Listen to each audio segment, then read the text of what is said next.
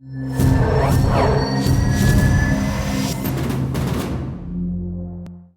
going on, Off-Road Nation? We're out here in Nevada at a beautiful trail, talking about some considerations when you want to start camping, overlanding, off-roading. One of the first things to identify is obviously what kind of camping or overlanding or off-roading is it that you want to do, right? That kind of will tell you what kind of vehicle and what it is that you have to start looking at and what you have to start buying.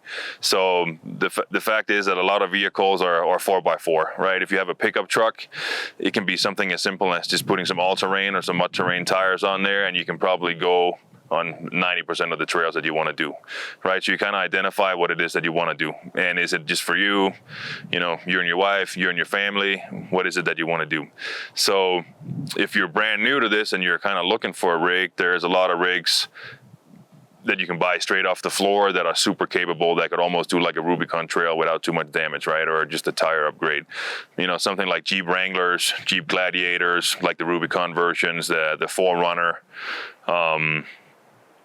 Land Cruisers. I mean, there's different Tacoma, right? So there's a lot of different vehicles out there. You can get different configurations that has all the crawl controls in a 4x4, and they might just need all-terrain tires, and you'll be able to do a lot.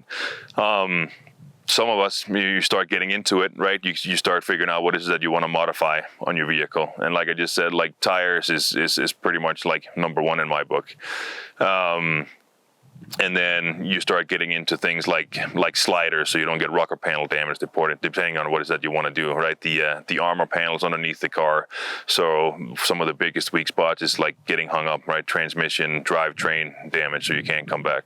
So again, like, are you going to take your daily driver car and turn it into an overland camping car because you only have one car? Or are you going to start building a specific vehicle, or do you have two vehicles, right? So there's some considerations that you have to think about there. If it's your daily driver, you probably don't want to overbuild it, right? Because every time you start changing stuff like bigger tires, and we're looking at maybe bigger brakes, we're looking at more wear and tear, then we might have to re-gear, supercharge, right? So, and all those things comes with other considerations, and it becomes like a snowball effect, right? So let's start taking a little walk around here. We have a Jeep Gladiator that's pretty built out, and then you can see like there's a Tundra here behind us that just has some mud terrain tires and some new Bilstein upgraded suspension. Nothing super expensive, but just enough to kind of get out there on 90% of the trails again, right?